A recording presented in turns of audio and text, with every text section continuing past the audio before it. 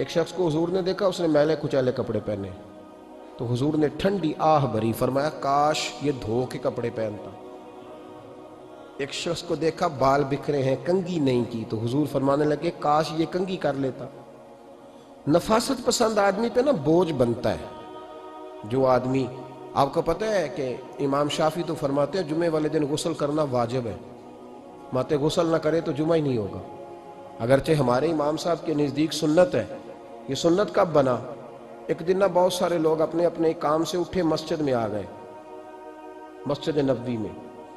کوئی کسان تھا تو کھیت سے اٹھ کے آ گیا، کوئی مزدور تھا تو مزدوری سے اٹھ کے آ گیا۔ تو مسجد میں جب بہت سارے لوگ جمع ہوئے نا، تو بعض لوگوں کو دقت محسوس ہوئی، تو رسول کریم علیہ السلام نے فرمایا کتنا ہی اچھا ہو کہ تم جمعے والے دن نہا کے آیا کرو۔ بس وہ صحابہ کا مزاج ہمارے والا نہیں تھا کہ تفصیل بتائیں، حکمت بتائیں، ملے گا کیا، ثواب کتنا، نہ نہائیں تو گناہ، یہ کوئی نہیں۔ حضور نے کہا کہ نہا کے آؤ تو کتنا ہی اچھا ہے۔ پھر کسی صحابی نے کبھی بھی بغیر غسل کیے جمعہ ادا ہی نہیں کیا، کسی نے بغیر غسل کے کبھی جمعہ ادا ہی نہیں کیا نا۔ اسلام بڑا خوبصورت دین ہے۔ حضور نے فرمایا جو کچا پیاز کھائے وہ مسجد نہ آئے، پہلے مسواک کرے، دانت صاف کرے، پھر آئے۔ نبی پاک صلی اللہ علیہ وسلم نے فرمایا جو کچی مولی کھائے مسجد نہ آئے۔ مولی کھانا جائز ہے، پیاز کھانا جائز ہے، لیکن منہ سے بدبو آتی ہے۔ نبی پاک علیہ السلام کا ظاہری حسن کیا بات ہے۔ میلاد مبارکہ میں نبی پاک علیہ السلام کی جو چیز بڑی کھل کے واضح ہوتی ہے وہ رسول اللہ کا حسن و جمال ہے۔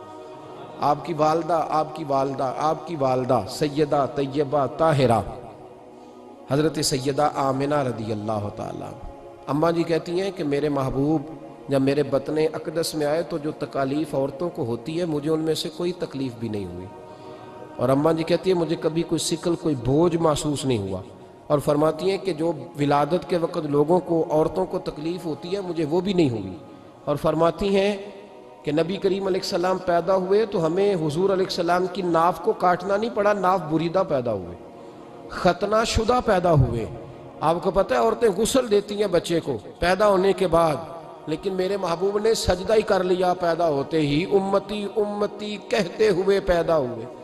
حق نے فرمایا کہ بخشا الصلاۃ والسلام، اور پہلے سجدے پر روز ازل سے درود۔ میرے امام فاضل بریلوی کا جو انداز تکلم ہے نا، اس کی بھی حد ہی کوئی نہیں، کوئی حد ہی نہیں، کہاں تک ان کی محبت جاتی۔ کہنے لگے پہلے سجدے پہ روز ازل سے درود، یادگاری یہ امت پہ لاکھوں سلام، یادگاری یہ امت پہ لاکھوں سلام۔ بتائیے بغیر وضو کے، بغیر غسل کے سجدہ ہو جاتا ہے؟ تو حضور نے سجدہ کر کے بتایا کہ اللہ نے مجھے پاک صاف پیدا کیا ہے۔ نبی پاک صلی اللہ علیہ وسلم کی والدہ نے جب یہ باتیں ارشاد فرمائیں تو لوگوں نے پوچھا ان سے کہ اماں جی پھر آپ ایک جملے میں بتائیں کہ ماجرا سارا کیا تھا، آخر ایک ولادت تو ہوئی نا، آپ کے وجود اطہر سے ایک بچہ تو نکلا، تو یہ کیا تھا؟ تو سیدہ آمنہ فرمانے لگی خارج منی نور، بس میرے وجود سے ایک نور نکلا ہے، بس میرے وجود سے ایک، اور روشنی آتی جاتی ہے تو کسی کو تکلیف نہیں دیتی، ایک نور نکلا۔ میرے رسول کریم علیہ السلام کو ظاہری حسن بھی کمال دیا، اور پھر حضور کی نفاست پسندی، صفائی پسندی۔ نبی پاک جب بات کرتے تھے نا تو حضور کے دانتوں سے نور نکلتا، اس کے باوجود حضور ہر وضو کے لیے مسواک کرتے۔ میں نے ہر نماز کے لیے نہیں کہا، میں اپنے لفظوں کا ذمہ دار ہوں۔ کس کے لیے بولے آپ حضرات؟ ہر وضو کے لیے، یعنی اگر نبی پاک نے وضو نماز کے لیے کیا تب بھی مسواک کی، اور اگر قرآن شریف کی تلاوت کے لیے کیا تو پھر بھی مسواک کی، کسی اور موقع کے لیے وضو فرمایا تو پھر بھی مسواک کی۔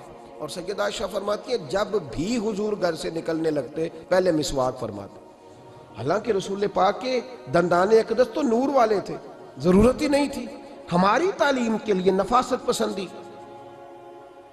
ایک بات میں نے شروع کرنی ہے پر آپ نے ناراض نہیں ہونا، پہلے وعدہ کر لیں، جڑے نہیں بولے انہوں نے کی ارادہ ہے ہو جانا ہے، چلو ہو جائے جی، کوئی گل نہیں، خیر ہے، ہو جائیں آپ ناراض۔ نبی پاک نے بڑی مونچھیں نہیں پسند کی، حضور کو اچھی نہیں لگتی تھی۔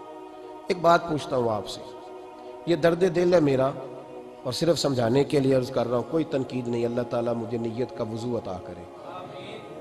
ایک بات بتانا، اگر بہو کھانا پکا کے لائے اور سالن سے بال نکل آئے تو پھر اس کا کیا حال ہوتا ہے؟ کئی تو بوڑھے پلیٹ اٹھا کے دیوار میں مارتے ہیں، ایسا ہی ہوتا ہے نا بھئی یہ کیا ہے؟ اور اگر کبھی روٹی سے نکل آئے تو بیوی صاحبہ کا کیا حال ہوتا ہے؟ یہ کوئی طریقہ ہے کھانا پکانے کا؟ اور اللہ تعالیٰ معاف کرے، اگر کبھی ہوٹل میں چلے جائیں امیر لوگ 15,000 کا ڈنر کرنے، تو وہاں کسی سالن کی پلیٹ سے بال نکل آئے تو پھر تو پیسے کیا دینے ہیں، پھر تو ان کو اور جرمانہ ہو جاتا ہے۔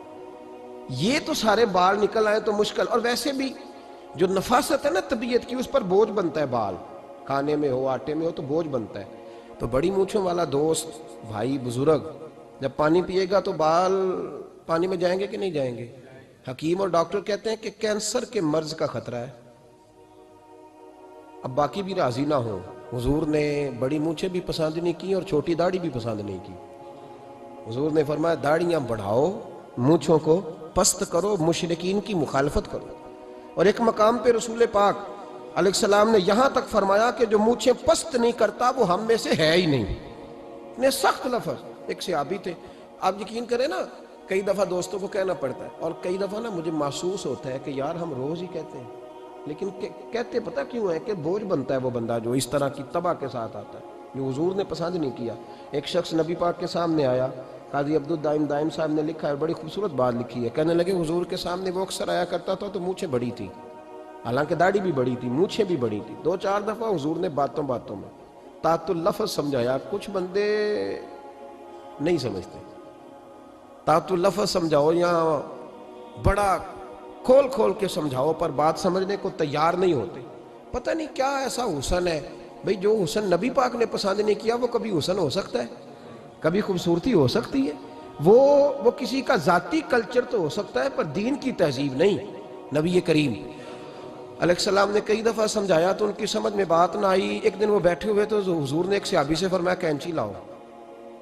کہنے لگے میں سمجھ گیا کہ میرے ساتھ کچھ ہونے لگا ہے۔ ساتھ ہی حضور نے فرمایا ایک مسواک بھی لانا۔ کہنے لگے میں نے کہا بچت ہو گئی، میرے تو دانت صاف ہے۔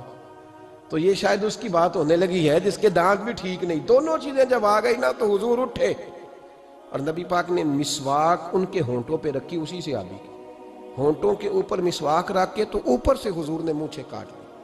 فرمایا یہ نہ ایسا کرو، یہ چیز مجھے پسند نہیں ہے۔ حضور نے نفاست پسندی کو۔ اب تو اللہ تعالیٰ خیر کرے، ملانگا آ گئے مارکیٹ میں، ملنگ، درویشی، فقیری، اور ان کے پاس رش بھی زیادہ ہے، ان کے درباروں پہ بھی رش زیادہ ہے۔ جی کہتے ہیں حضرت صاحب درویش آدمی ہے۔ بھئی روٹی تو پورے ٹائم پہ کھاتا ہے، مونچھیں کٹوانے میں ہی درویش ہو گیا ہے، نہ بال کٹواتا ہے نہ مونچھیں کٹواتا ہے۔ یہ گرو نانک کی تعلیمات ہیں، یہ نبی پاک کی تعلیم نہیں۔ وجود کا کوئی بال نہ کٹوانا یہ سکھوں کا طریقہ ہے، مسلمانوں کا یہ انداز، یہ کدھر کی فقیری ہے؟ دین کوئی غلاظتوں والا ہے معاذ اللہ، کہ بابا کپڑے نہیں بدلتا، بابا غسل نہیں کرتا، بابا بال نہیں کٹواتا۔ بابا ہے؟ پاگل ہے؟ قطعی طور پر کوئی فقیری نہیں، فقیری صرف وہ ہے جو میرے نبی نے کیا ہے۔